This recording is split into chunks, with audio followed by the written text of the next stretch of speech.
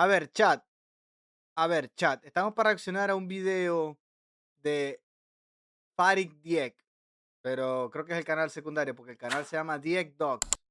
Se llama el video El negocio más rentable del mundo. Mayo 2015, Suiza. Los directivos de la FIFA duermen en un hotel de 5 estrellas cuando de pronto la policía y el FBI irrumpen para arrestarlos. Para algunos, la vergüenza de salir esposados es tanta que piden que les tapen la cara con sábanas. Y es que durante décadas la FIFA nos hizo creer que la Copa del Mundo era la gran fiesta del fútbol, pero tras bambalinas, sus directivos estaban usando el torneo como su propia máquina de dinero, alimentando Yo no sé si se acuerdan de eso, pero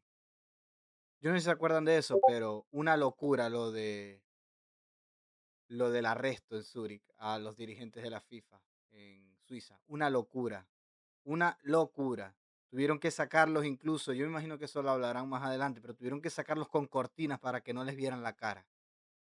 Qué locura, hermano, qué locura eso. Es muy corrupto este mundo del fútbol. Por más bonito que sea, es un mundo bastante corrupto, la verdad. Muy, muy, muy corrupto. Pero bueno. por sobornos millonarios y una red de corrupción. Para que te des una idea, según investigaciones, el Mundial de Corea-Japón 2002 estuvo arreglado. El ¿Qué? vicepresidente de la FIFA, Jack Warner, Esa vaina yo no lo sabía, loco. Estuvo arreglado el Mundial de Corea-Japón 2002. No tenía idea, ¿eh? A ver.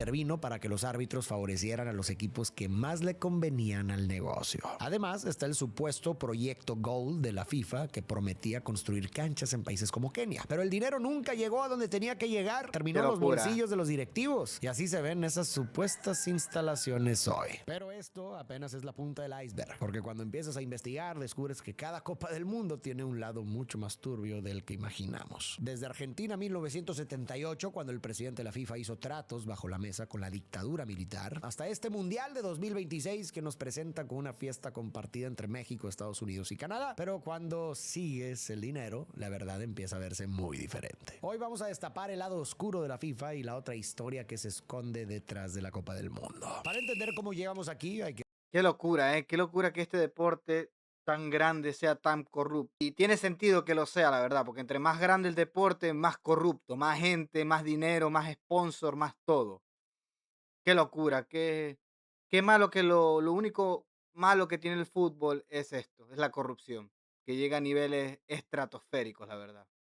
Llega a niveles estratosféricos la corrupción del fútbol. regresar al siglo XIX. En Inglaterra, distintas escuelas jugaban versiones diferentes de un mismo deporte. Cuando esos estudiantes llegaban a la universidad surgían conflictos porque cada quien conocía reglas diferentes. Para resolverlo, en 1863 se fundó la Football Association y se establecieron las primeras reglas oficiales del fútbol. Con el tiempo, el deporte se expandió por Europa y el resto del mundo gracias al Imperio Británico. Pero las diferencias de reglas entre países volvieron a aparecer. Por eso, representantes de 7 naciones fundaron la Federación Internacional de Fútbol Asociación, mejor FIFA. conocida como FIFA. Pero bueno, en ese momento no era la gran cosa. Era más un pequeño grupo de voluntarios cuyo trabajo era dejar claras las reglas del juego y asegurarse de que cada país tuviera una sola federación oficial encargada de aplicarlas. De hecho, en ese punto la FIFA tenía apenas unos 12 empleados y casi no generaba dinero. Solo se sostenía con las cuotas modestas que pagaban las federaciones de cada país. En 1921, el presidente de la FIFA es Jules Rimet, un abogado francés con una idea mucho más ambiciosa. Un torneo donde cada país manda a sus mejores soldados. Y así, en 1930 se inaugura la primera Copa del Mundo en Uruguay. Los europeos deben viajar Hasta aquí la primera Copa de Uruguay, que la gana Uruguay, nada corrupto, o sea, no se había comercializado, vamos a decirlo así, el producto llamado mundial. Eh, Estaba todo a blanco y negro, probablemente 1930, yo creo que aún no había televisor, la verdad. No habían cámaras digitales, no había nada, así que muy limpio este mundial, vamos a decir. No habían sobornos, por decirlo así, no habían arreglos, no se peleaba nadie por ser sede. Era como que la primera prueba, se podría decir, ¿no? Es como que la primera prueba de este nuevo show.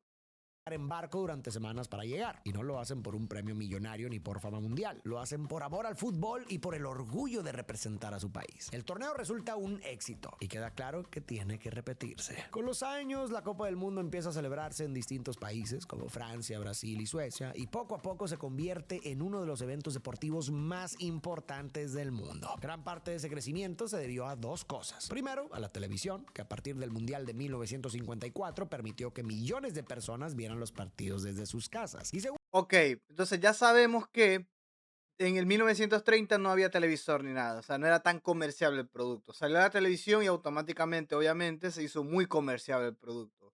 Qué locura, ¿eh? Qué locura. A blanco y negro al principio. Creo que fue el primer mundial a color, creo que fue en el 70 o el 76, el de Maradona. Creo que fue ese el primer mundial a color. Vamos a ver. a figuras como Pele, que convirtieron el fútbol en un espectáculo global. En 1961 llega a la FIFA un nuevo presidente, Sir Stanley Rose, un inglés que antes había sido árbitro. Así que, como te puedes imaginar, para él las reglas y el juego limpio son sagrados. Por eso, Claro. aunque el mundial ya es cada vez más popular, Stanley se resiste a que la FIFA lo convierta en un negocio y gane dinero por él. Porque sí, para este punto, el mundial aún no era un negocio. El dinero de los boletos no iba directamente a la FIFA, sino al país anfitrión, que lo usaba para recuperar parte de lo que gastó organizando el torneo. Y los derechos de televisión se vendían tan baratos que casi parecían regalados. ¿Y por qué en este momento era así? Porque Stanley cree que el dinero puede corromper el deporte. Y con el tiempo quedará claro que ¿Cómo sabía el Stanley, ¿Cómo sabía el Stanley? El dinero iba directamente a la selección que jugaba el partido. Locura, locura, locura, locura. Y no quería hacerlo tan visto el deporte o que no fuera la FIFA porque eso corrompe y pueden haber sobornos dentro de las instituciones. Muy crack el Stanley el inglés, muy crack. tenía razón. Aunque los miembros de la FIFA están de acuerdo con la visión de Stanley, hay alguien a quien esa filosofía no le conviene nada. Horst Dassler, el hijo del fundador de Adidas. Verás, Dassler ve el mundial como una mina de oro sin explotar. Si Adidas pudiera patrocinar a los jugadores, los uniformes o incluso el balón del torneo, podría vender muchísimo más. Pero con Stanley Rose al mando de la FIFA, eso difícilmente va a pasar. Entonces Dassler se cruza con João Havelange, presidente de la Federación Brasileña de Fútbol, quien también ve en la FIFA una oportunidad para enriquecerse. Por eso quiere sacar a Stanley del puesto y convertirse en el siguiente presidente de la FIFA. Qué curioso que este Joao y este Dansler, uno era alemán o y el otro era portugués. Y qué casualidad de que, esto puede ser mera casualidad, no sé, de que Brasil tenga más mundiales y después le sigue Alemania, que tiene 4. Qué casualidad. Coincidencia. Y en este tipo de coincidencias, cuando hay deporte, dinero del por medio, para mí no son coincidencias. Así nace una alianza. Dassler va a ayudarlo a financiar su campaña para la presidencia y si Havelange gana, le abrirá a Dassler una puerta enorme dentro de la FIFA. Más adelante vas a ver lo que esto significa. Con esos planes tras bambalinas arranca la campaña por la presidencia de la FIFA. Pero aquí hay algo clave para entender lo que pasará después. Para este momento, la FIFA ya tiene más de 140 países miembros. Hay federaciones de todos los continentes, desde Inglaterra y Francia hasta Egipto, Haití y Japón. Y en las votaciones de la FIFA, cada país tiene un voto, lo que significa que el voto de Inglaterra vale lo mismo que el de Haití. Pero en la práctica, Obviamente. Stanley sigue favoreciendo muchísimo a Europa. La prueba está en el Mundial. De los 16 lugares disponibles, 8 son para selecciones europeas. El resto del mundo debe repartirse los otros 8. Muchas federaciones consideran esto injusto. Havelange lo sabe y aprovecha exactamente eso. Viaja especialmente por África, prometiendo más cupos mundialistas y más apoyo económico. El típico discurso populista. Hay intereses en común entre Avalanche y los países africanos, entonces el tipo va a hacer una gira empresarial prometiendo, prometiendo, prometiendo, queriendo y comprando, porque eso sería comprar votos indirectamente, está comprando votos, está comprando a la gente para al final hacer su jugada maestra y salirse con lo que él quiere. Mamita, ¿eh? ¿Cómo funciona el mundo? Además, con dinero proporcionado por Dassler, entrega sobornos a varios funcionarios. Con los apoyos asegurados, llega el día de la votación y el plan de Dassler funciona. Havelange consigue más votos y se queda con el puesto. Este es uno de los sucesos más importantes del fútbol, porque a partir de ahí cambia para siempre, pues pasa de ser solo un deporte a uno de los negocios más grandes del planeta. Con Havelange ya en el poder, le entrega a Dazzler dos cosas muy valiosas: los derechos de imagen del mundial y los derechos de televisión, ambos a un precio muy bajo. Si para algo salió bueno este hombre, fue para hacer negocios, y rápidamente entendió que si Adidas podía aprovechar todas las miradas puestas en el mundial para vender más productos, otras marcas también van a querer hacer lo mismo, y muchas estarían dispuestas a pagar millones por esa exposición. Por eso se acerca a una marca global que sabe que podría estar interesada: Coca-Cola. Dazzler le ofrece a Coca-Cola un trato muy atractivo: anuncios alrededor de la cancha en todos los partidos del mundial y la exclusividad para vender sus refrescos durante el torneo. Todo por $10 millones. A Coca-Cola Acuérdense que esto era 1950 y dale, y $10 millones en ese momento era mucha plata, chat. Era demasiada plata, pero excesiva. Ahorita $10 millones cualquiera tiene la vida resuelta, imagínense en ese entonces. Claro, estamos hablando de una corporación, de una compañía como Coca-Cola, pero es mucha plata. Yo creo que esos 10 millones ahorita serían como 10 billones en tipo contando cómo se ha devaluado la moneda, en este caso el dólar y todo eso. Pero es mucha plata, mucha plata. le gusta la propuesta, pero no quiere verse solo como un anunciante. Quiere presentarse como un socio del fútbol. Por eso, la inversión se disfraza como una aportación al programa de desarrollo juvenil FIFA Coca-Cola, destinado a entregar balones, financiar entrenadores y organizar torneos en países con menos recursos. El acuerdo se cierra y desde ese momento los mundiales se convierten en algunas de las plataformas comerciales más poderosas del planeta. Ahora bien, el dinero de Coca-Cola sí llegó al programa de desarrollo juvenil, sí, pero no se repartió de manera neutral. Havelange y Dazzler dirigieron gran parte de esos recursos a las federaciones que los habían apoyado, especialmente en África, Asia y América Latina. Estos países recibieron canchas, balones, ropa y capacitación para entrenadores. Así cumplieron su promesa de impulsar el fútbol en regiones con menos recursos, pero también fortalecieron su propia base de apoyo. Obvio que todo era hecho por Adidas, así que fue un negocio redondo, un sistema simple. El dinero entraba por los patrocinadores, se distribuía entre federaciones aliadas y a cambio Havelange aseguraba los votos necesarios para mantenerse en el poder. Te adelanto que gracias a esta red de apoyos permanecerá 24 años al frente de la FIFA. Y durante amigo, 24 años siendo el presidente de la FIFA. Cantidad de marronadas habrá hecho este tipo, loco, ¿eh? No solo esta, que sí, que construiste 3 canchitas en Nigeria, 2 canchitas en Senegal, 4 canchitas en Ghana y diste 1000 balones en cada país. Pero papi, eso no es nada, bro, comparado con lo que te entra por derechos de publicidad, transmisión, sponsors. No tienen idea, loco. Muy grande este mundo y tan corrupto que es. ese tiempo crecerían tanto el negocio como la corrupción. Ahora, todavía falta considerar los derechos de televisión que Dazzler también maneja. Él va país por país y se los ofrece a distintas televisoras. La cadena que paga más se queda con la transmisión del mundial en su territorio. Así, aunque a él esos derechos le cuestan casi nada, al revenderlos termina ganando millones. ¿Y qué pasa con todo ese dinero? Dazzler y Havelange se quedan con una enorme tajada del negocio y otra parte sirve para seguir comprando lealtades dentro de la FIFA. A esto se suma que Adidas obtiene el derecho a fabricar el balón oficial del mundial, lo que le da una visibilidad enorme. Acordemos que Adidas siempre ha sido el patrocinante oficial del mundial en cuanto al balón, ¿no? Desde 1950 y tanto, 1955, 52 por ahí. Qué locura, nunca ha cambiado y nunca va a cambiar, porque deben haber contratos de por vida ahí. O sea, este tipo, el Dazzler y el Joao, se aseguraron de que por lo menos Adidas siga siendo la patrocinadora del balón del mundial, porque hasta ahorita lo sigue siendo. Nike nunca ha sido, ni será, creo yo, patrocinadora del mundial. Eurocopas y Copa América, eso es otra cosa.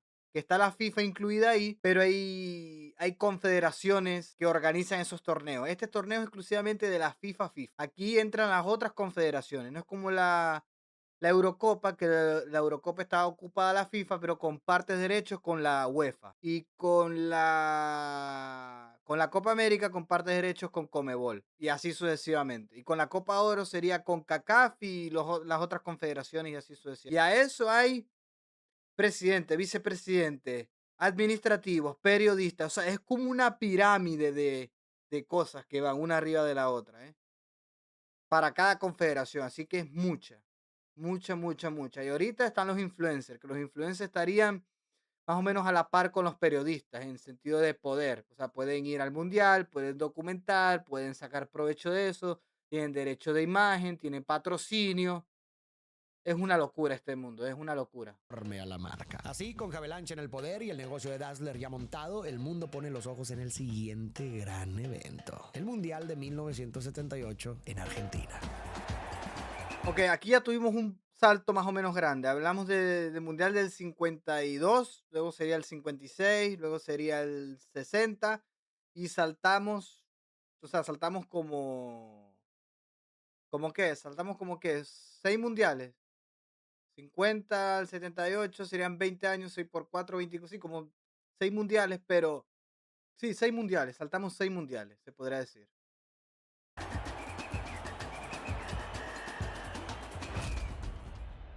Aquí surge un problema enorme. Aunque Argentina había sido elegida como sede años antes, para entonces el país ya estaba bajo una dictadura militar. Las libertades habían sido suspendidas y miles de personas estaban siendo detenidas, torturadas o desaparecidas. Ante esta situación, varios países piden cambiar la sede, pero Havelange se niega. Afirma que el fútbol y la política no se mezclan, aunque la realidad era muy distinta. Todo lo Antes de contrario, tomar una decisión, había todo lo negociado con la contrario. junta militar. Havelange necesitaba estadios modernos y una organización capaz de convertir el mundial en un gran negocio. Y la dictadura vio una oportunidad de utilizar el torneo para mejorar su imagen ante el mundo y desviar la atención de la represión que vivía el país. A esto se le conoce como sports washing, usar un evento deportivo para limpiar la imagen de un gobierno acusado de violencia o abusos. Y por desgracia, no será la última vez que la Copa del Mundo se use de esta manera. Con el acuerdo cerrado, comienzan las obras. El costo final supera los 500 millones de dólares y la estrategia funciona para ambos lados. La FIFA hace crecer su negocio al hacer un torneo espectacular y la dictadura legitima su imagen, especialmente después de que Argentina se consagra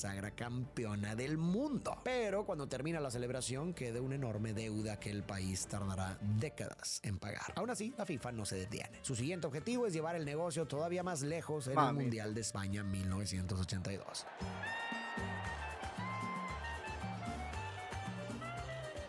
Para el Mundial de 1982, el torneo pasa de 16 a 24 equipos. En teoría, Havelange está cumpliendo su promesa de darle más espacios a países de África, Asia y América, pero también es evidente que más equipos significan más partidos, más transmisiones y más dinero. De hecho, esa lógica sigue vigente. En 2026, el Mundial se juega con 48 8 selecciones e equipos. incluso ya se ha planteado ampliarlo a 64 en el No, esto futuro. ya es un El discurso montón, oficial loco. habla de inclusión, pero Esto ya es un montón. 64 selecciones, o sea, cualquiera puede ir al mundial ahora.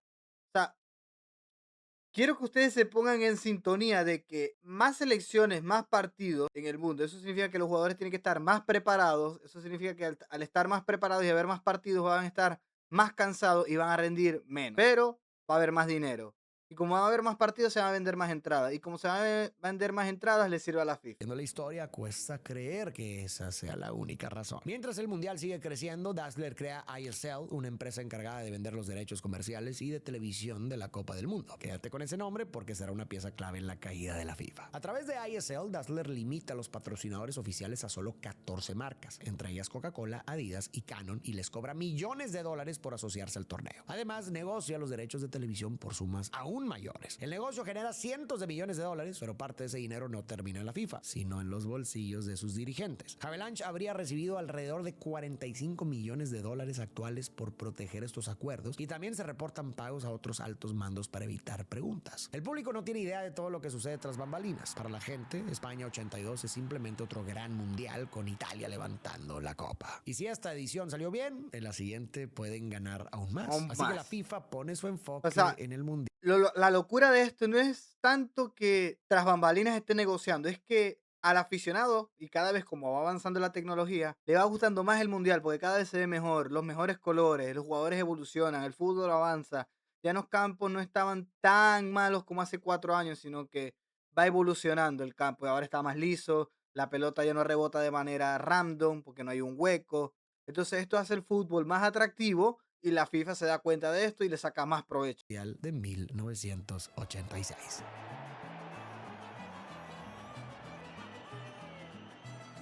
Al inicio, Colombia ya está elegida como sede del Mundial del 86, pero con el torneo creciendo tan rápido, la FIFA empieza a pedirle cosas prácticamente imposibles. Le exige tener 12 estadios con capacidad para al menos 40,000 personas, nuevos aeropuertos, torres de comunicación gigantes, trenes para mover a los aficionados por el país y, como si fuera poco, que las ganancias de la FIFA queden libres de impuestos. Para Colombia eso es demasiado. El país tiene problemas mucho más urgentes, como combatir el Narcotráfico. narcotráfico y simplemente no tiene cómo cubrir todas las exigencias que la FIFA está poniendo. La FIFA insiste en que ser anfitrión trae beneficios, que el país se queda con parte del dinero de los boletos, que llegan turistas, que hay más consumo y derrama económica. Pero por muy bonito que suene esto, las cuentas no cuadran. Colombia se da cuenta de que organizar el mundial bajo esas exigencias podría dejar el país con una deuda enorme. Y en Entonces, quiebra. ¿organizar un mundial realmente ayuda al país anfitrión? ¿O termina siendo un negocio donde la FIFA gana y el país se queda pagando la cuenta? Eso lo vamos a examinar más adelante. Por ahora, el presidente de Colombia, Belisario Betancur, da un discurso histórico. Aquí, en el país, tenemos muchas cosas que hacer y no hay tiempo para atender las extravagancias de la FIFA y sus socios. El Mundial de Fútbol debía servir a Colombia y no Colombia al Mundial de Fútbol. Banco a Betancur, lo banco a muerte. El mundial le tiene que servir al país, no a la FIFA. La FIFA ya gana mucho dinero con el mundial. Ya no puedes ahogar un país para que se haga ahí. Y eso es lo que está pasando actualmente. Ahorita los últimos mundiales han ahogado al país. Fíjense Sudáfrica. Sudáfrica en el 2010 era excelente, premundial, vamos a decirlo así. Por más que tengan problemas políticos ahorita, miren cómo está el país ahorita. Está horrible Sudáfrica, está horrible. Y todo después de que pasó el Mundial. Miren también lo que pasó en Qatar en el 2022. El país previo al 2022 de Qatar, excelente. Un país de los más seguros del mundo, estaba creciendo económicamente, mucha gente migrando al país. Después del Mundial, ¿qué pasó? Bueno, lo que pasa es que estos son temas políticos, pero les habían caído cohetes, misiles, bombas, vamos a decirlo así. Todo después de que pasó el mundial. Entonces, hay un patrón que se está repitiendo. Y es que donde se hace el mundial, a los tantos años de que pasa de hacerse el mundial, surgen tragedias para ese país. ¿Coincidencia? No lo creo, la verdad. Por eso se amarra bien sus pantalones y renuncia oficialmente a ser sede de la Copa del Mundo, convirtiéndose en el primer país en Banco. hacerlo. La noticia es un escándalo. La FIFA necesita encontrar una nueva sede rápido y las opciones reales son solo México, Estados Unidos y Canadá. Al final, México logra quedarse con el torneo. El problema es que tiene apenas 3 años para prepararse, cuando lo normal sería tener alrededor de 8. Por si fuera poco, a solo 8 meses del Mundial, el terremoto de 1985 golpea con fuerza la Ciudad de México. Más de 30,000 personas quedan heridas y unas 30,000 casas son destruidas por completo. Además, el daño económico también resulta enorme, alrededor de 4,000 millones de dólares. México atraviesa una fuerte crisis económica, pero la FIFA insiste en que el mundial debe seguir adelante. Por eso, el gobierno mexicano termina destinando cerca de 500 millones de dólares a la organización del torneo y otros 170 millones de sus fondos de emergencia para reparar infraestructura y garantizar las transmisiones. Finalmente, en mayo de 1986, el Estadio Azteca inaugura la Copa del Mundo. Para el público, este torneo queda marcado por Maradona, la mano de Dios y Argentina levantando la copa. Pero para la FIFA es histórico por otra razón. Rompe récords de ganancias. Por primera vez, el mundial se transmite a color para millones de personas. Además, los horarios se acomodan para que los partidos puedan verse tanto en Europa como en América, aunque eso obliga a muchos jugadores a competir bajo el sol del mediodía. Gracias a esto, ISL, la empresa de Dazzler, se queda con más de 120 millones de dólares limpios del mundial. Mientras Sin tanto, México taxes. queda endeudado por años. Muchos damnificados siguen durmiendo en casas improvisadas con láminas, sobre banquetas o en refugios temporales. Esto es lo que tiene la FIFA, ¿eh? Mientras que el gobierno destinó dinero para construir estadios, los derechos de transmisión bajo la mesa, había gente en estas condiciones. Miren, gente durmiendo en asilos, gente durmiendo en casas improvisadas que no tenían ni 6 paredes bien hechas. Esto es lo que yo no banco del fútbol. Las cosas que mueve por detrás, amigo. Desde que se comercializó el deporte en el 50 y tanto, que lo agarraron el Avalanche y el Dazzler, el, el fútbol se fue a la mierda. Mezclaron política con fútbol y eso no debe ser, la verdad. Para mí no debe ser. Los hospitales públicos sufren por falta de insumos médicos. Y justo cuando la FIFA y ISL están ganando más dinero que nunca, Dazzler muere a los 51 años por un cáncer agresivo. Pero su muerte no detiene el negocio. Para ese momento la maquinaria ya está andando sola. Y dentro de la FIFA todos están pensando en el siguiente mundial, el de Italia 90.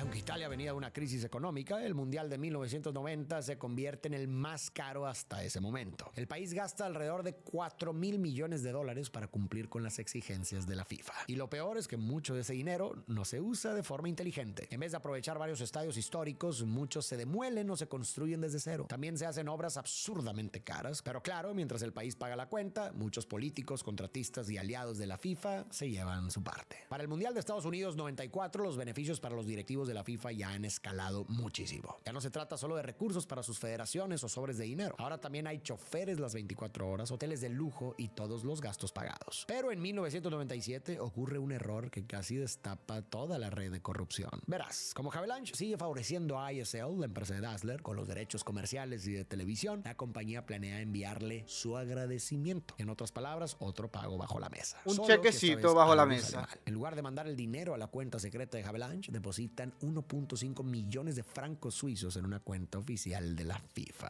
Y eso es gravísimo, porque ISL no tiene ninguna razón legítima para depositarle ese dinero al presidente de la FIFA. El pago puede identificarse rápidamente como un soborno. Y peor todavía, ahora hay un rastro oficial. El contador que se da cuenta del error va de inmediato con el secretario general de la FIFA, un hombre llamado Joseph Blatter. Ah, amigo, eso no lo Para sabía. entonces, Blatter ya es uno de los hombres más poderosos. O sea, Blatter, antes de ser presidente de la FIFA, era secretario.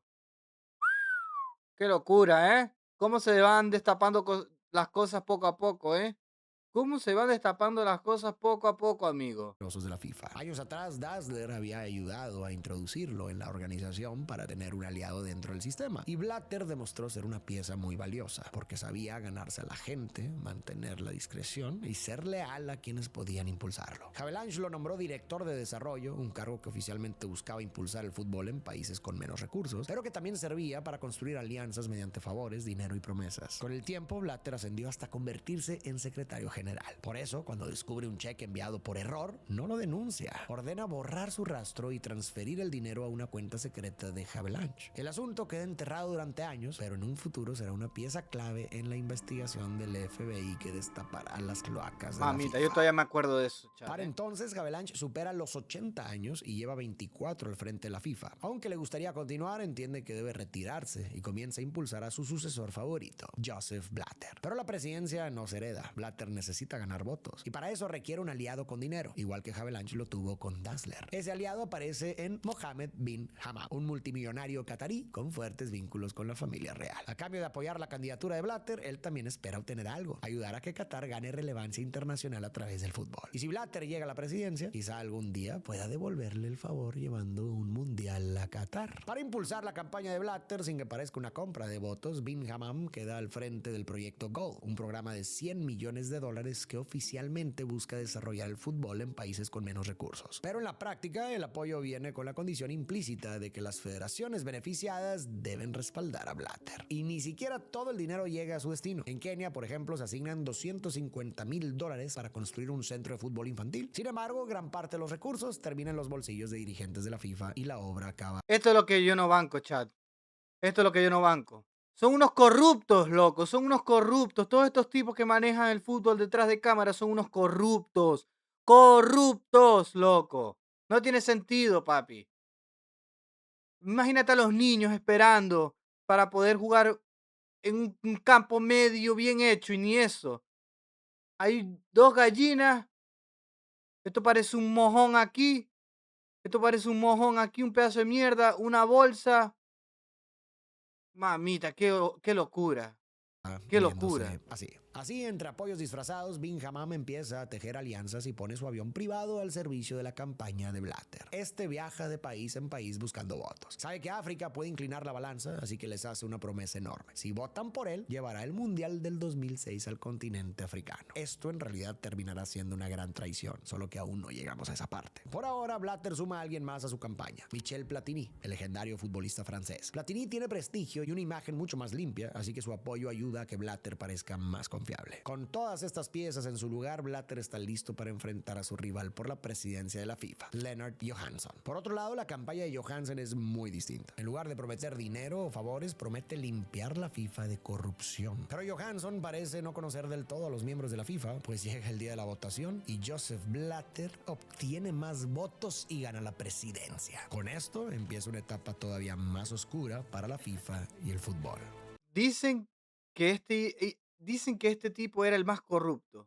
Y no, fue uno de los corruptos, porque los pasados también habían sido. Avalanche era corrupto, el Dassler, que era el hijo del creador de Adidas, también era corrupto. Todos son corruptos, solo que este se destapó, vamos a decirlo así, porque este lo arrestaron y le tiraron el fajo de billetes en plena conferencia cuando había ganado la reelección. Porque este tipo fue presidente 2 veces, creo, si mal no recuerdo. Ahorita cuando ganó y en el 2010-11 más o menos, por ahí, que ganó la reelección, se destapó, arrestaron a mucha gente de su alrededor en Zurich, que fue cuando salieron con las mantas tapándolos para que no se vieran, y después dejó el cargo. Después de que le tiraron el fajo de billetes en plena conferencia, dejó el cargo y se fue. Y lo agarró Gianni Infantino. Que de este Gianni Infantino no se sabe nada de él. O sea, por lo menos no sale a la luz muchas cosas de él. No sabemos si es corrupto, no sabemos si es legítimo, si ganó bien, si no ganó bien, de dónde viene él, eh, quién apoyó su campaña. No sabemos nada de Gianni Infantino, ¿eh? Pero bueno, sigamos.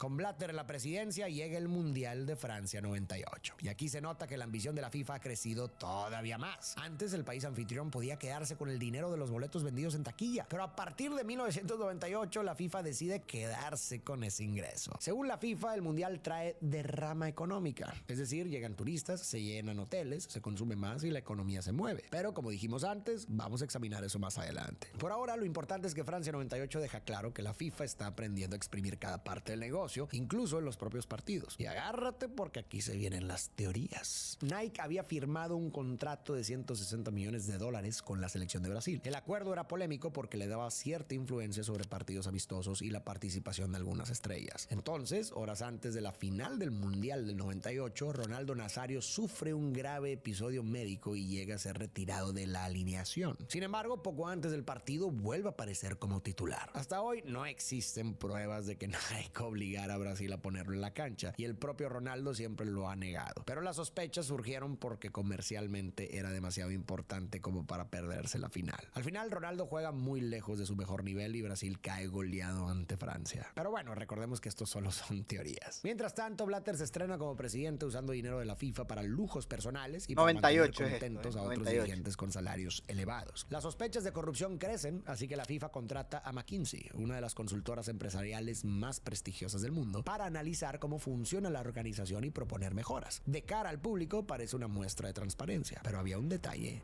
muy importante. El proyecto estaba dirigido por Philip Blatter, sobrino del presidente. Así Blatter podía influir en la información que recibía la Ya esto es demasiado, loco. Ya esto es demasiado. O sea, se asocian con una compañía constructora y resulta que la cabeza del equipo es Philip Blatter, el sobrino de Blatter. Eso ya es demasiado. O sea, ya no estás robando por la FIFA, ahora estás robando con constructoras para beneficiarte aún más. Qué locura lo de este tipo, loco. Menos mal lo metieron preso. Menos mal lo metieron preso a este tipo.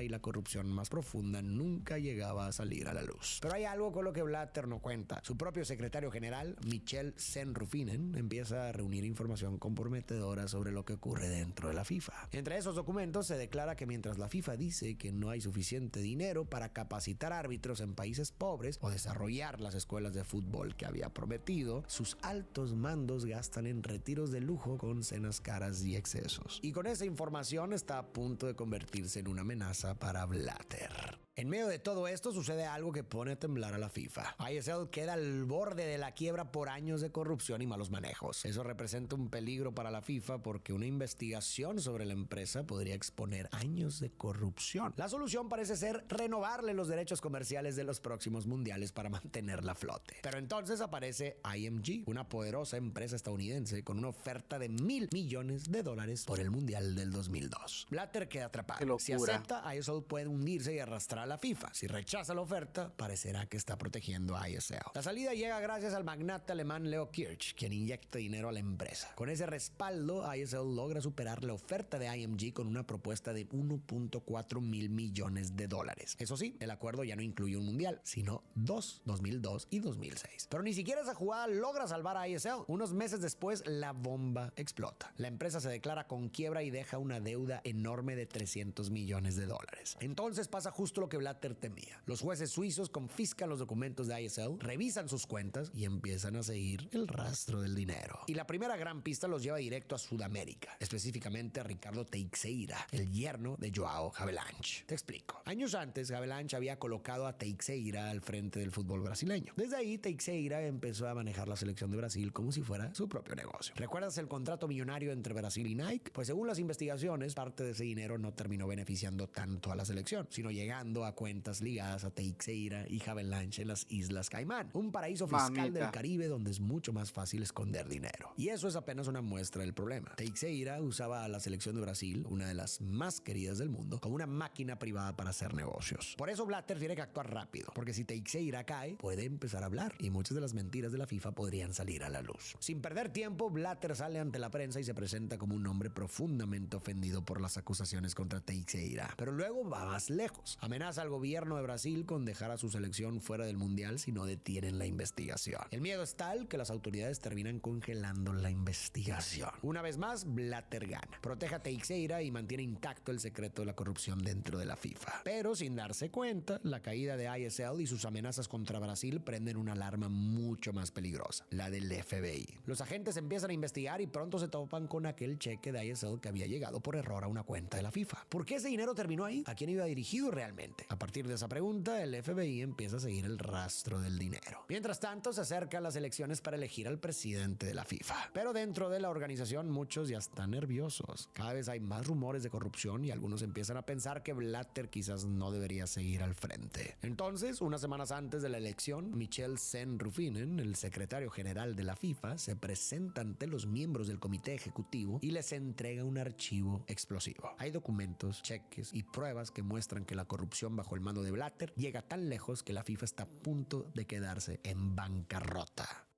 Ahora bien, Sen-Ruffinen no actúa solo por principios. Como secretario general sabe que también podría verse afectado por los escándalos, así que reunir pruebas es una forma de protegerse. El problema es que muchos dirigentes ya conocen las irregularidades y algunos incluso están involucrados. Por eso, en lugar de apoyar la investigación, atacan a Sen-Ruffinen. Lo llaman mentiroso y el intento de limpiar la FIFA termina fracasando. Blatter es reelegido por 4 años más, Sen-Ruffinen es despedido y su informe queda enterrado. Con todo esto de fondo, se acerca el Mundial de Corea-Japón 2002.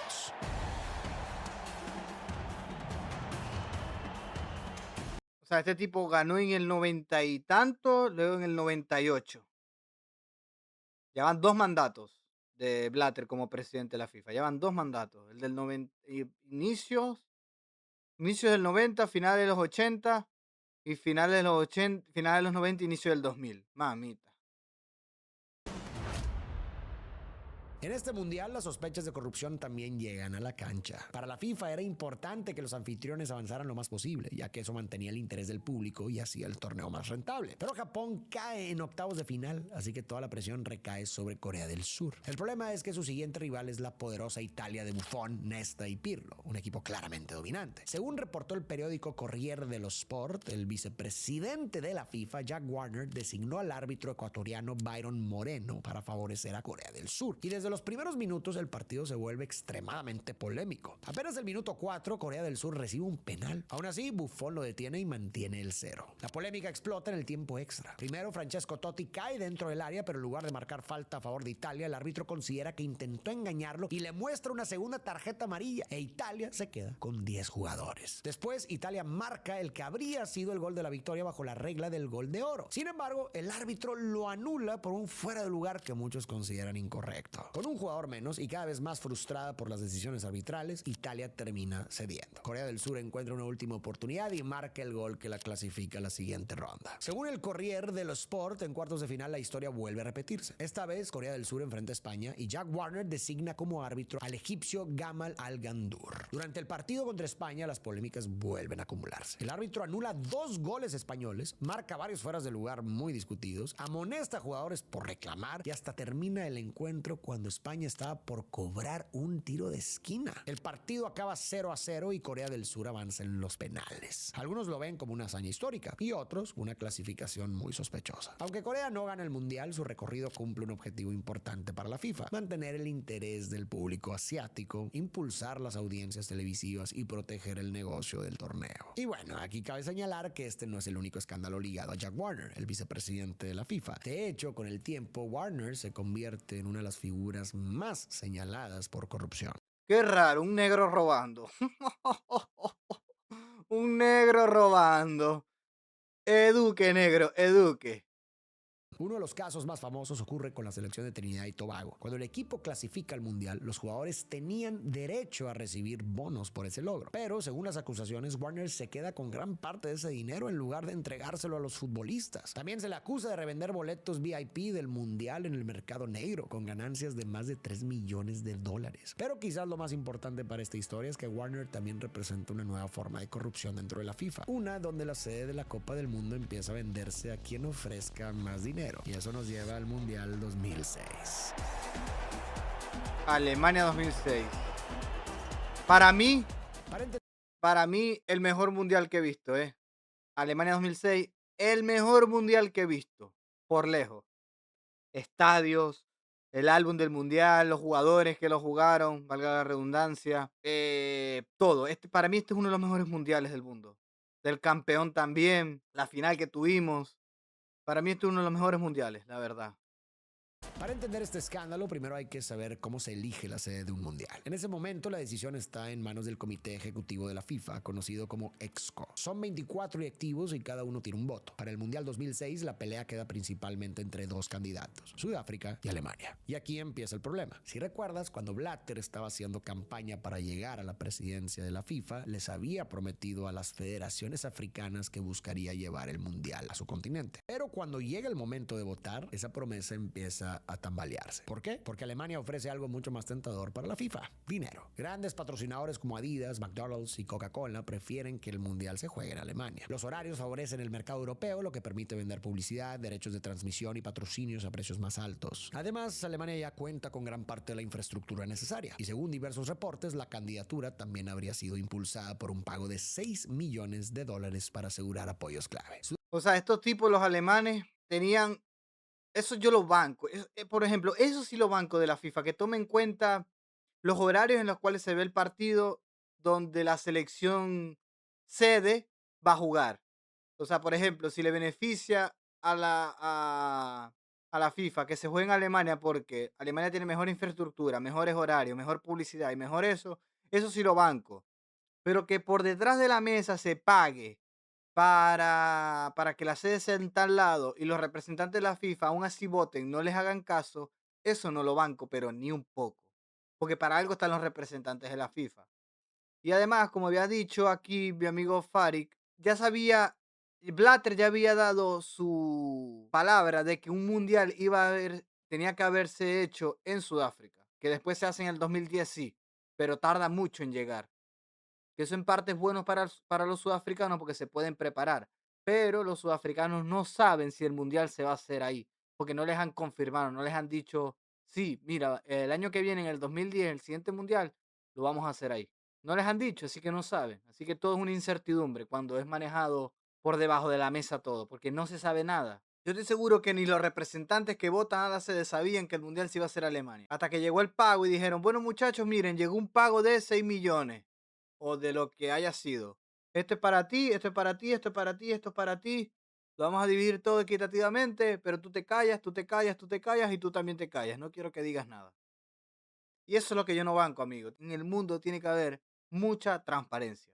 y más para estas cosas que lo ve mucha gente. Sudáfrica nota que Blatter y la FIFA podrían echarse para atrás, así que decide jugar su mejor carta, Nelson Mandela. La comitiva sudafricana lo lleva hasta las oficinas de la FIFA para recordarles que África sigue esperando su mundial. También buscan el apoyo de Jack Warner, vicepresidente de la FIFA. Para convencerlo, le prometen organizar partidos amistosos que las empresas de Warner podrían manejar. Así, él podría ganar dinero con las entradas y con los derechos de televisión. Pero eso no es todo. También le hacen una transferencia de 10 millones de dólares presentada como apoyo para niños en las islas del Caribe. El dinero, claro, nunca termina llegando a esos niños. En las votaciones, las dos sedes empatan y el voto decisivo queda en manos de Charles Dempsey, un directivo de Oceanía. Sus propios jefes le habían ordenado por escrito votar por Sudáfrica. Si lo hace, la elección queda empatada y Blatter tendría que desempatar con su voto como presidente de la FIFA. Y eso pone a Blatter en una situación muy peligrosa. Si vota por Sudáfrica, pierde el apoyo de los grandes intereses europeos. Pero si vota por Alemania, toda África lo verá como un traidor. Entonces ocurre algo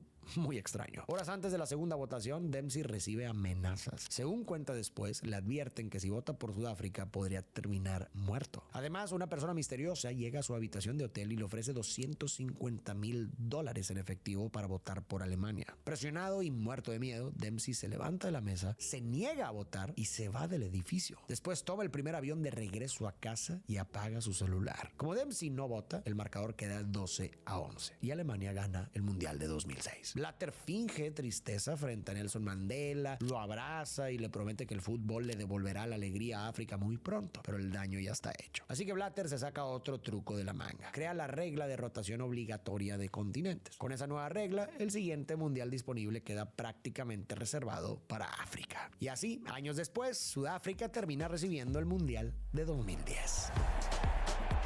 2010. Ya Pero aquí Ya aquí Blatter tiene desde finales de los 80, inicio de los 90. O sea que tiene 30 años. Tiene más que Avalanche.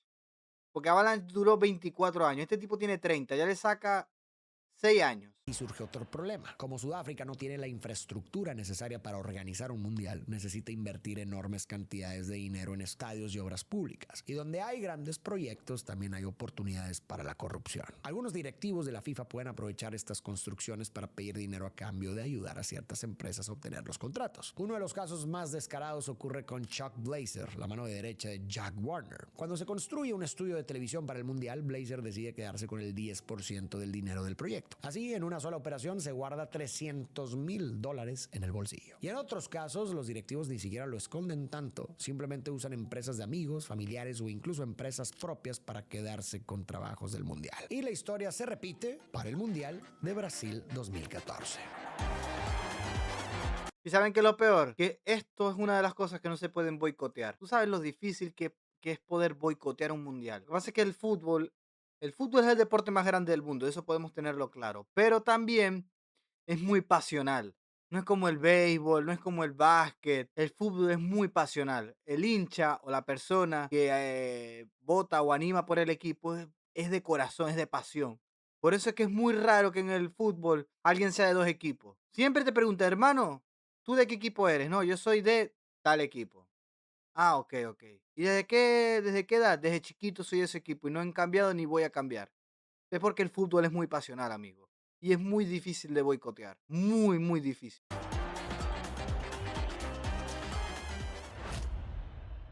Brasil tampoco está listo para recibir una Copa del Mundo de ese tamaño. Así que el gobierno termina gastando alrededor de $15,000,000,000 de dinero público en estadios, obras y remodelaciones. El problema es que varios de esos estadios se vuelven lo que se conoce como elefantes blancos. Un estadio enorme y carísimo que se construye en una ciudad donde no hay suficientes equipos, partidos ni aficionados para mantenerlo vivo. Durante el mundial se ve espectacular, pero cuando el torneo termina se queda vacío. Cuesta muchísimo mantenerlo y nadie sabe qué hacer con él. Y aquí la corrupción vuelve a aparecer. Pero los directivos de la FIFA ya no son los únicos que se benefician con los contratos de infraestructura. También entran políticos brasileños, constructores. Claro, o sea, imagínense de que Brasil no tenga infraestructura, que es raro, porque Brasil es un país muy futbolero, pero imagínense que Brasil no tenga infraestructura y no cumpla con la cantidad de estadios que exige la FIFA. ¿Qué pasa? Hay que llamar a constructoras, contractores que conectan negocios entre la FIFA y Brasil. ¿Y quiénes son los que se benefician de Brasil? Los empresarios que están en el alto mando y gente del gobierno. ¿Por qué? Porque digamos que un empresario necesita construir un estadio en, no sé, en Sao Paulo, porque el estadio de Sao Paulo, la FIFA requiere 3 estadios y solamente hay dos. Bueno, entonces, el contractor tiene que ir a la legislatura o el partido político que esté ahorita y decirle a los dirigentes de ese partido político, mire, necesito un permiso de construcción para tantos metros y necesito traer de afuera tanto cemento, tantos ladrillos, tanto esto, porque aquí no se produce eso y lo tengo que traer de afuera. Entonces, ¿qué pasa? Sí, perfecto, yo te doy esto, pero bájate de la mula. Bajarse de la mula significa dame dinero para que esto sea rápido. Porque si no me lo das, bueno, tú lo puedes hacer por la vía legal, pero eso te va a tardar el permiso. Como yo estoy al mando, eso te va a tardar el permiso 3 años. Y resulta que el mundial es en 4 años. Y en un año no se construye un estadio. Por más de que tengas 10.000 trabajadores. Entonces, hay corrupción arriba, hay corrupción en el medio y hay corrupción abajo, hermano. Y empresas con mucho poder. Si una empresa quiere quedarse con una obra, tiene que pagar comisiones por debajo de la mesa. Y si el proyecto cuesta cierta cantidad, se infla el precio para que todos puedan sacar su tajada. Así Claro, aparecen cobros exagerados por cemento, varillas, materiales y lo que acabo de trabajadores. decir. Todo se anota en documentos oficiales para que el gobierno pague mucho más de lo que realmente cuesta la obra. Ese dinero extra termina alimentando una enorme red de sobornos. Mientras tanto, mucha gente en Brasil empieza a enfurecerse. Ven estadios nuevos y carísimos, pero también ven hospitales saturados, escuelas abandonadas y servicios públicos en pésimas condiciones. Por eso miles de personas salen a protestar a las calles. Acusan al gobierno de obedecer las exigencias de la FIFA mientras las necesidades básicas del país siguen sin resolverse. Una de las pancartas más famosas dice: queremos hospitales con calidad FIFA. Y el siguiente gran Uf, ejemplo llega con el Mundial del 2018.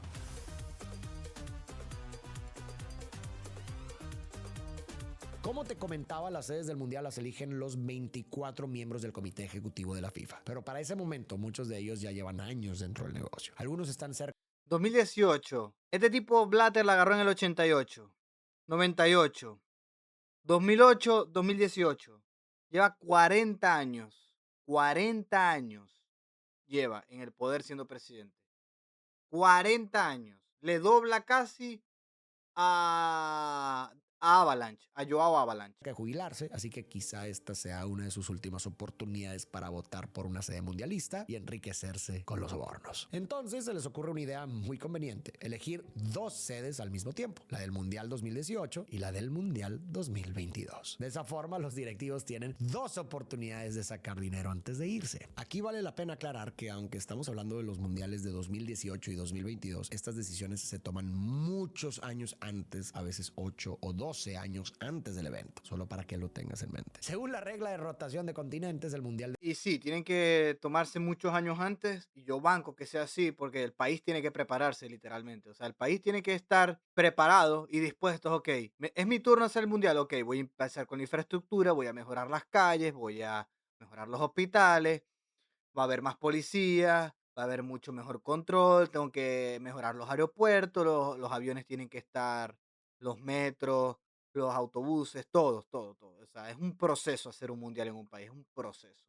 Y yo banco que sea así, no a último momento ni a 3 años que te digan, mira, el mundial va a ser en 3 años en tu país, ponte las pilas. de 2018 debe jugarse en Europa. Así que varios países levantan la mano para ser sede. Uno de los candidatos más fuertes es Inglaterra. Tiene estadios, carreteras, aeropuertos, hoteles y toda la infraestructura necesaria para recibir a millones de turistas. De hecho, Inglaterra quiere tanto el mundial que el propio príncipe William encabeza la candidatura, acompañado por David Beckham, uno de los futbolistas ingleses más famosos del mundo. Pero también aparece otro competidor, la Rusia de Vladimir Putin. A diferencia de Inglaterra, Rusia no tiene todo listo. Le faltan estadios, carreteras e infraestructura. Además, su imagen internacional está muy golpeada. El gobierno ruso ya ha señalado por espionaje, persecución a periodistas, encarcelamiento de opositores y conflictos constantes con sus vecinos, especialmente Ucrania. Pero justo por eso Putin quiere el mundial. Para Rusia, organizar la Copa del Mundo es una oportunidad para limpiar su imagen frente al mundo, mostrando un país lleno de atletas de primer nivel, estadios modernos, ciudades renovadas y turistas felices. Es decir, lo que hablamos antes, sports washing. Al final, aunque Inglaterra parecía una de las candidatas más fuertes para organizar el mundial 2018, 2018, la sede se la queda Rusia. Pero después de la votación ocurre algo bastante sospechoso. Las computadoras que usan los delegados rusos durante la pelea por la sede son destruidas a martillazos antes de que puedan ser investigadas. La explicación que dan los rusos es que estaban en un edificio viejo y que las computadoras se Qué rompieron por casualidad. accidente. Pero Qué para muchos casualidad. lo que realmente querían era borrar correos, archivos y posibles pruebas sobre la compra de votos. Y si la elección de Rusia 2018 ya está llena de sospechas, el verdadero escándalo llega con el Mundial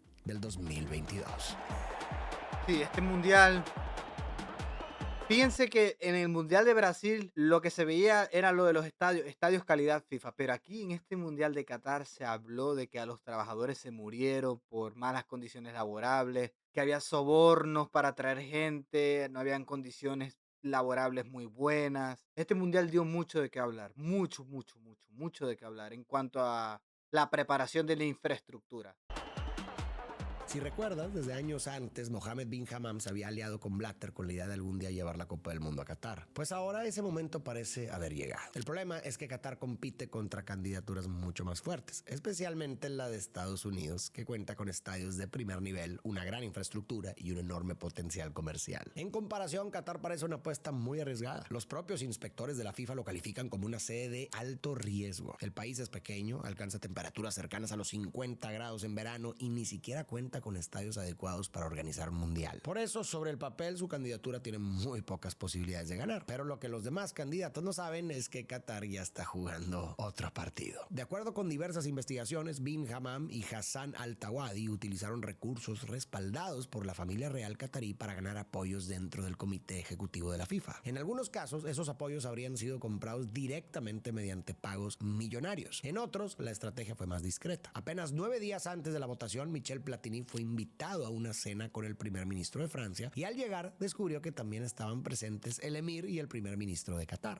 Michel Platini, que mucha gente lo tiene en Francia como ídolo, pero alto corrupto, porque este tipo estaba con Blatter en casi todos los negocios. ¿Eh? Alto corrupto. Como jugador una cosa, hay que saber diferenciar el arte del artista, pero muy corrupto Michel Platini. ¿Eh? Mucha gente lo tiene muy arriba en el fútbol, pero como persona muy corrupta. Qataríes sabían que Platini pensaba votar por Estados Unidos porque era la opción más lógica y segura para el torneo. Pero si cambiaba su voto por Qatar y convencía a otros miembros europeos de hacer lo mismo, ellos estaban dispuestos a rescatar de la quiebra al club Paris Saint-Germain. La propuesta era difícil de ignorar. Qatar prometía invertir en el PSG, uno de los clubes más importantes de Francia, y además comprar 50 aviones de guerra al gobierno francés. Según el periodista Andrew Jennings, ambas operaciones formaban parte de un acuerdo valorado en unos 7,000 millones de dólares. El resultado, Estados Unidos obtiene 8 votos y Qatar consigue 14. Así que se queda con el Mundial del 2022. Las caras de los delegados estadounidenses son de total incredulidad. El dinero le acaba de ganar a la lógica. Para resolver el problema del calor, la FIFA toma una decisión sin precedentes: mover el Mundial de Qatar al invierno. Sin embargo, el cambio altera el calendario del fútbol mundial y afecta a ligas, clubes y contratos de televisión en todo el planeta. Ya saben por qué se jugó en, en noviembre el Mundial.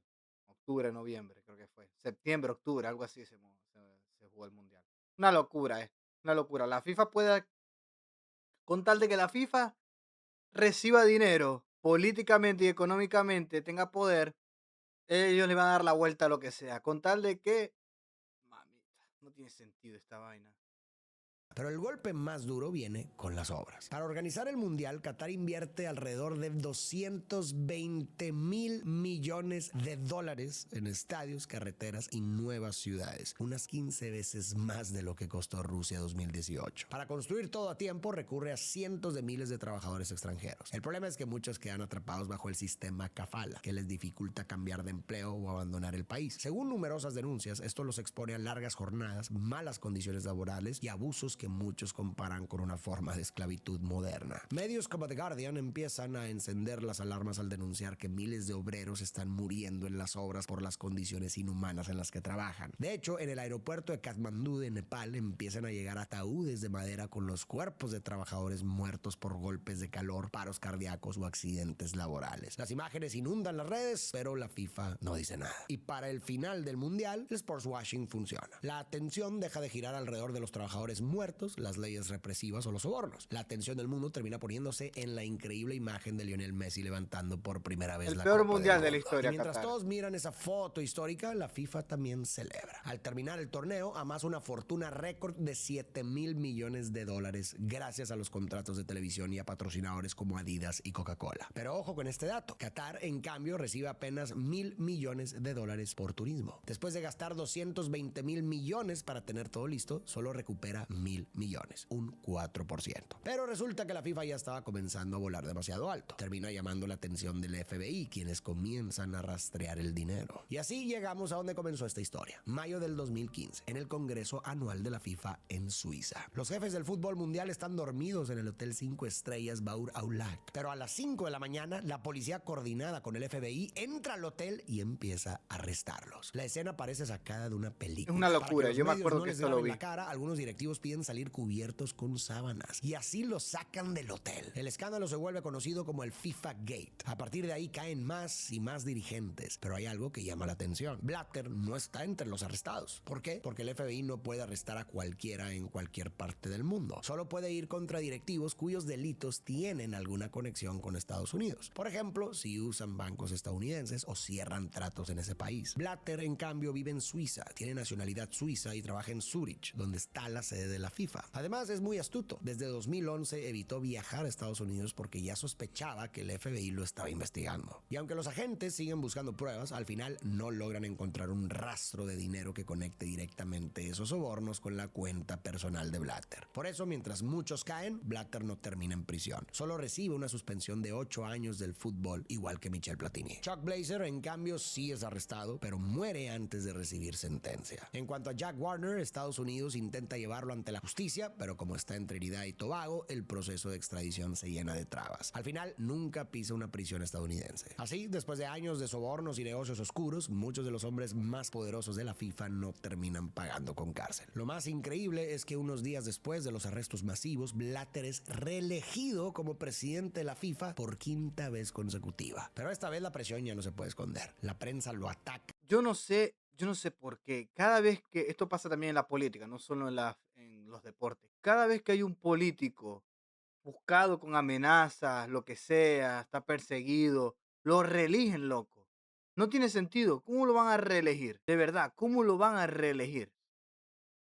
Los patrocinadores se ponen nerviosos y el escándalo crece cada día más. Incluso ocurre un momento que quizás recuerdas. En plena conferencia de la FIFA, el comediante británico Lee Nelson interrumpe y le pone a Sepp Blatter un fajo de billetes enfrente, diciendo que es para apoyar la candidatura de Corea al Mundial del 2026. Y cuando empiezan a sacarlo, lanza más billetes al aire, dejando a Blatter cubierto de dinero falso frente a las cámaras. Con su imagen cada vez más golpeada, Blatter decide que lo mejor es anunciar que deja la presidencia. En su lugar va a llegar Gianni Infantino. Infantino promete limpiar la FIFA y evitar que la elección de un mundial vuelva a decidirse en secreto. Por eso ordena que la sede ya no la elijan 24 miembros del comité ejecutivo a puerta cerrada. Ahora votan más de 200 países miembros en un congreso abierto. También disuelve el viejo EXCO y crea un nuevo consejo con más integrantes. En el papel suena como una renovación, pero en la práctica el poder Es lo sigue mismo. dentro del mismo círculo. Y aquí está el detalle. Se supone que el nuevo sistema evita que alguien vuelva a repartir maletas de dinero en hoteles. Pero la FIFA encuentra otra forma de mantener contentos a sus dirigentes. Ahora muchos pagos ya no se dan como sobornos, sino como sueldos y bonos aprobados por la propia FIFA. Algunos dirigentes reciben más de $250,000 al año solo por asistir a unas cuantas juntas en Suiza. Y no solo eso, la FIFA ahora también obliga a los gobiernos anfitriones de la Copa del Mundo a firmar por escrito que las ganancias del torneo quedarán libres de impuestos. Así que de cara al público, la corrupción se acaba, pero el negocio sigue vivo. Aún así, después de tantos escándalos, queda una gran pregunta. ¿Quién va a organizar el Mundial del 2026?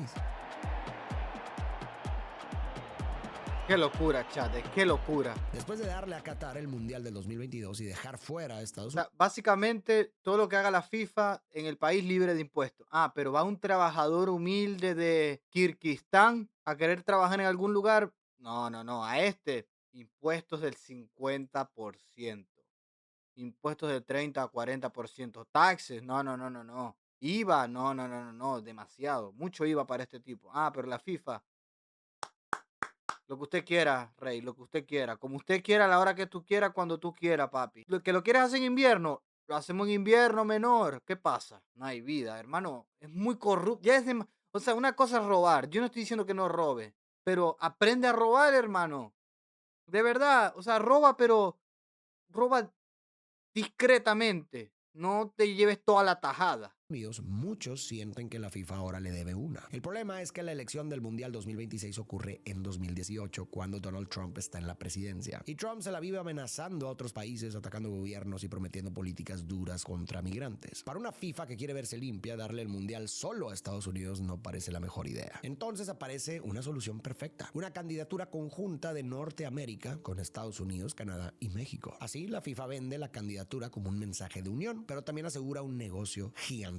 Según sus propios cálculos, el Mundial 2026 puede generar más de 11,000 millones de dólares. La jugada funciona. México y Canadá ayudan a suavizar la imagen de Estados Unidos y la candidatura de Norteamérica gana. Pero hay un detalle que suele pasar desapercibido. Los beneficios del Mundial no se reparten de forma equitativa. De los 104 partidos del torneo, Estados Unidos alberga 78, mientras que México y Canadá reciben solo 13 cada uno. En la práctica, la mayor parte del negocio se queda en territorio estadounidense. Además, aunque México espera una derrama económica cercana a los 3,000 millones de dólares y la creación de miles de empleos, también ha invertido alrededor de 12,000 millones de dólares para preparar el evento. Es decir, 4 veces más de lo que espera recuperar directamente. Y seamos realistas, no todo el dinero que generan los turistas permanece en el país. Una parte No, termina en cadenas hoteleras eso es lo que iba a internacionales y decir. otras empresas extranjeras. Por si fuera poco, alrededor de los estadios, la FIFA establece zonas comerciales controladas donde solo pueden operar sus patrocinadores oficiales. Esto limita la participación de muchos comercios locales justo durante el evento más importante del fútbol. Así que, en teoría, el Mundial trae turismo y actividad económica, pero en la práctica no siempre está claro quiénes terminan siendo los principales beneficiados. A esto se suma otra cosa muy importante. Como te contaba, los boletos del Mundial ya no se quedan en manos del país anfitrión. Ese dinero va para la FIFA. Y este año los precios se han vuelto absurdos. Para un partido normal de fase de grupos, un boleto puede costar alrededor de $500. Y para un partido más avanzado, como una semifinal, incluso un asiento hasta arriba, casi pegado al techo, puede rondar los $3,000. Además, por primera vez, la FIFA también controla la reventa oficial de boletos. No solo gana cuando vende el boleto por primera vez, si después una persona lo revende, la FIFA se queda con una comisión que puede llegar al 30% de la transacción. En otras palabras, encuentra la forma de ganar 2 veces con el mismo asiento. Pero a ver, un momento. Tal vez te estás preguntando, si la FIFA es una organización privada, ¿por qué todo terminó en arrestos, investigaciones del FBI y acusaciones de corrupción? Bueno, porque la respuesta es que la FIFA no funciona exactamente como una empresa tradicional. Y si queremos entender la problemática completa, tenemos que entender lo siguiente. Una empresa tiene dueños o accionistas. Si un directivo empieza a aceptar sobornos y perjudica a la compañía, los dueños pueden demandarlo porque está dañando un negocio que les pertenece. Pero la FIFA es Exacto. diferente. Legalmente es una asociación privada sin fines de lucro. No tiene accionistas esperando dividendos ni un dueño. En teoría, todo el dinero que genera debería reinvertirse en el desarrollo del fútbol. Entonces, ¿dónde estuvo el problema? Que muchos dirigentes comenzaron a usar sus cargos para beneficiarse personalmente. Cuando un miembro de la FIFA aceptaba dinero para votar por cierta sede, ese dinero no llegaba a la organización, llegaba a su bolsillo. Y eso sí es ilegal. Usar una posición de confianza para obtener beneficios personales por debajo del agua. ¿Y por qué terminó entrando el FBI de Estados Unidos? Porque muchos de los sobornos pasaban por bancos estadounidenses. Al seguir el dinero, los investigadores descubrieron una red internacional de corrupción. El FBI no investigó a la FIFA por el fútbol, sino por cómo se movía el dinero. Ahora bien, hasta aquí podríamos pensar que todo esto es un problema interno de la FIFA. Después de todo, el fútbol no le pertenece a la FIFA. El fútbol simplemente es un deporte que cualquiera puede jugar y en teoría cualquier organización podría intentar crear su propia Copa del Mundo o incluso una empresa privada. Si dentro de la FIFA hay luchas de poder, corrupción o sobornos, parecería que los únicos perjudicados son ellos mismos, ¿verdad? Pues no, porque una cosa es lo que ocurre dentro de las oficinas de la FIFA y otra muy distinta es quién termina pagando las consecuencias. A lo largo de este video vimos países gastando cientos, miles o incluso cientos de miles de millones de dólares para organizar una Copa del Mundo. Vimos gobiernos construyendo estadios, remodelando ciudades, ampliando aeropuertos, cerrando calles y destinando enormes cantidades cantidades de dinero público para cumplir con las exigencias del torneo. Y la mayoría de ese dinero, recordemos, no sale de los bolsillos de la FIFA, sale de impuestos, de presupuestos públicos, recursos que podrían haberse utilizado para otras prioridades y del trabajo de todos los ciudadanos de las sedes. Y tal vez por todo lo que vimos podríamos pensar que el problema es que el deporte se ha vuelto un negocio, pero no creo que esto sea algo necesariamente malo. Piensa en todos los grandes torneos, la NBA, la NFL, la Fórmula 1 o los grandes slams de tenis. Todos son negocios que generan millones. Sí, son negocios, pero no llegan a la escala que llega la FIFA con el Mundial.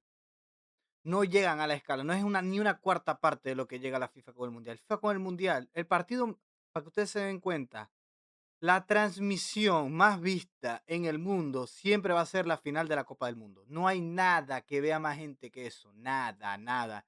Ni el Super Bowl, ni los Juegos Olímpicos, ni series de televisión, ni nada, ni un streamer, ni un video. No, lo que más se ve en el mundo, o la transmisión que más se ve en el mundo es la final de un mundial. Y si la final de un mundial es Brasil-Argentina, más aún. Y si la final del mundial este llega a ser Portugal-Argentina, eso va a parar el mundo. Y eso es algo que no entiende la gente. O sea, que no se pone a pensar la gente. La gente ya no tiene pensamiento crítico. Dejan que los demás piensen por ellos. Eso es lo que pasa. Y no se dan cuenta de este tipo de cosas. Para los organizadores, para los competidores, le dan una gran experiencia al consumidor y prácticamente no le piden ni un peso al lugar donde se organiza. En esos casos, quienes se llevan las ganancias normalmente también asumen buena parte de los riesgos y los costos. Si un equipo quiere construir un estadio o hacer una gran inversión, sus propietarios tienen mucho que ganar si sale bien, pero también mucho que perder si sale mal. Al final, funcionan prácticamente como empresas. Y creo que justo ahí está el problema, que la FIFA no. La FIFA se queda con los derechos de televisión, con Con los todo. patrocinios, Con todo con se las queda la FIFA. licencias, con gran parte de los ingresos comerciales del torneo, pero los estadios los construyen los países, la infraestructura la pagan los países, la seguridad la pagan los países, y si algo sale mal, la deuda también se queda en los En el países. país. No es un gobierno, así que no está sometida a muchos de los controles públicos que enfrentan los gobiernos, pero tampoco funciona como una empresa tradicional que asume directamente los costos y riesgos de sus propios proyectos. Así que durante décadas logró quedarse con lo mejor de ambos mundos. Y sí, está la idea de la derrama económica, pero ya vimos que ni las cuentas cuadran y mucho el dinero no llega a la base de la pirámide o directamente no se queda en el país. Esto sumado a que los precios son una locura. A veces me da la impresión de que el país sede puso su casa para una fiesta, pagó la fiesta y luego ni siquiera pudo disfrutarla en las mismas condiciones que quienes se tomaron el alcohol gratis. Exacto, ni siquiera comió ni bebió de la fiesta. Fueron. Y para colmo, terminó pagando los platos rotos durante años. Y a ver, tampoco quiero ser aguafiestas. Claro que me parece un evento precioso. Claro que es emocionante ver a tu país competir por algo grande. Claro que me llena de alegría ver a los nuestros salir a las calles a celebrar las reuniones familiares, las convivencias con amigos, gritar los goles y compartir esa emoción colectiva. Y claro que también es bonito ver cómo arreglan tu ciudad. Solo pienso que tal vez existan formas más eficientes de organizarlo, en donde Y uno, las la hay. avaricia desmedida, no mine la posibilidad de que más gente pueda disfrutar de estos eventos. Y dos, que los tratos sean más justos también. Si se vende la idea de que hacer el mundial en tu país va a tener muchos beneficios y derramas económicas, que realmente lo sea. Al final de cuentas son los propios países los que corren con la mayor parte de la inversión. Pero bueno, después de ver todo esto me encantaría saber tu opinión. ¿Estás de acuerdo con que tu país sea la sede porque los arreglos que el gobierno No, hace y la derrama económica justifican no los estoy de gastos? ¿O acuerdo. ese dinero se podría invertir mejor? O por Sí. otro lado, ¿crees que se deberían de designar algunas cuantas sedes permanentes para evitar todo esto? Por mi parte, le deseo el mejor de los éxitos a mi selección, México, y si no, al menos que alguna de Latinoamérica levante la copa. Estaré leyendo. Buen video, chat, muy buen video de nuestro amigo Farik Diek. En este caso de Diek Dogs se llama el canal. Les invito a que le den like y se suscriban. Yo ahorita me voy a suscribir. Y espero que les haya gustado mucho el video. Así que nos vemos en el siguiente video. Adiós.